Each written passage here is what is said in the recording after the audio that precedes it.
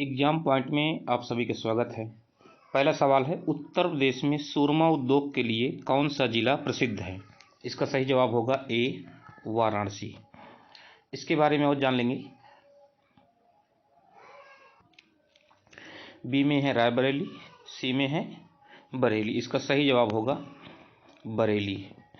बरेली के बारे में और जान लेते हैं। बरेली को कत्था उद्योग के लिए जाना जाता है, अर्थात कत्था उद्योग के लिए भी बरेली प्रसिद्ध है। जैसे बांसुरी है, बांसुरी उद्योग के लिए पीलीभीत को जाना जाता है, पास में ही पीलीभीत। इस तरह से पहले सवाल का जवाब हुआ सी, बरेली। अगला सवाल है, सवाल नंबर दूसरा, निम्नलिखित में से किस जिले में भारतीय सब्जी अनुसंधान संस्थान है? इसका सही जवाब होगा ए, वाराणसी। क्या सही होगा? वाराणसी। इसको जान लेंगे। इसकी स्थापना 1992 में की गई थी। और अगर कहा जाए कौन सी पंचवर्षीय योजना के अंतर्गत, तो इसका सही जवाब होगा 7वीं पंचवर्षीय योजना के अंतर्गत इसे 1992 में स्थापित की गई थी। और यह भारतीय कृषि अनुसंधान परिषद नई दिल्ली का एक घटक है। क्या है? घटक है। अगला सवाल है, क्वेश्चन नंबर तीसरा है, निम्नलिखित में से कौन सी हरित गृह गैस नहीं है? इसका सही जवाब होगा ऑक्सीजन। CO2 होती है, मीथेन होती है, और इस तरह से इसका सही जवाब होगा ए, ऑक्सीजन। अगर इस सवाल का हम और विस्तार देखें तो इसमें आपका जलवाष्प भी शामिल है, जलवाष्प है। अगर एक और देखें तो ओजोन भी आ जाएगी, ओजोन गैस। और अगर हम बात करें CFC की, क्लोरोफ्लोरोकार्बन, एक और है नाइट्रस ऑक्साइड। ये सारी गैसें हरित गृह गैस कहा जाता है। अर्थात हरित गृह गैसों में CO2 हो गई, कौन सी हो गई?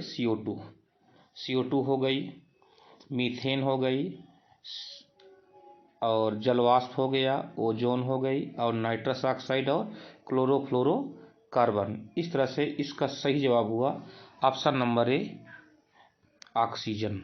नेक्स्ट क्वेश्चन है क्वेश्चन नंबर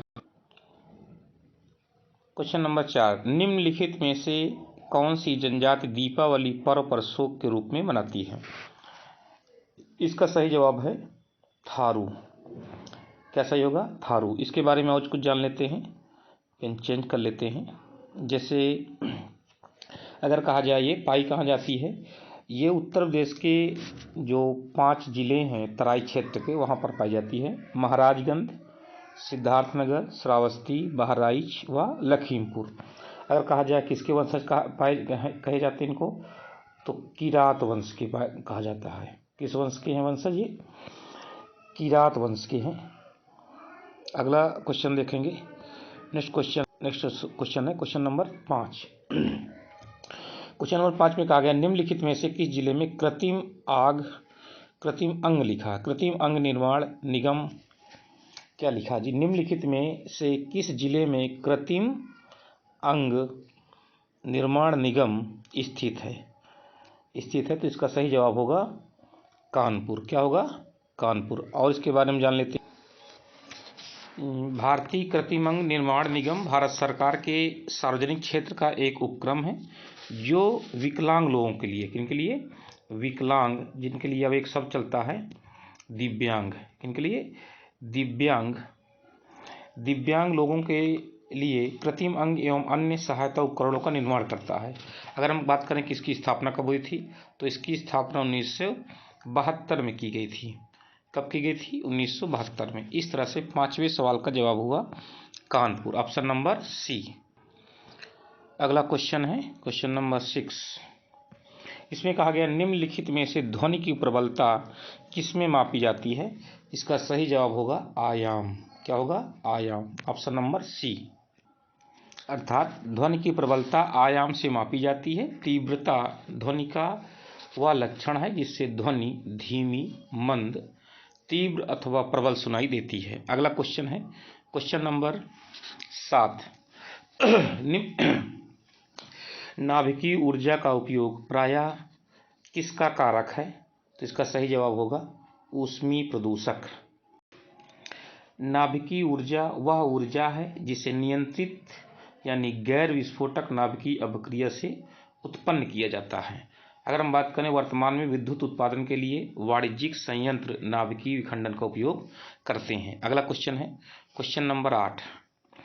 क्वेश्चन नंबर 8 में देखेंगे स्टेनलेस स्टील में लोहे के साथ किसे मिलाया जाता है? इसका सही जवाब होगा निकेल। इसके बारे में और कुछ जान लेते हैं। जैसे स्टेनलेस स्टील बनाने के लिए 15 से 20% क्रोमियम का प्रयोग किया जाता है और 8 से 10% निकेल मिलाया जाता है। क्या मिलाया जाता है? निकेल। इस तरह से इस सवाल का सही जवाब हुआ क्रोमियम, ऑप्शन नंबर बी। क्या सही हो गया? Option number B. अगला क्वेश्चन है क्वेश्चन नंबर 9। निम्नलिखित में से कौन सा विषाणु जनित रोग है? इसमें खसरा है। खसरा जीवाणु से होता है।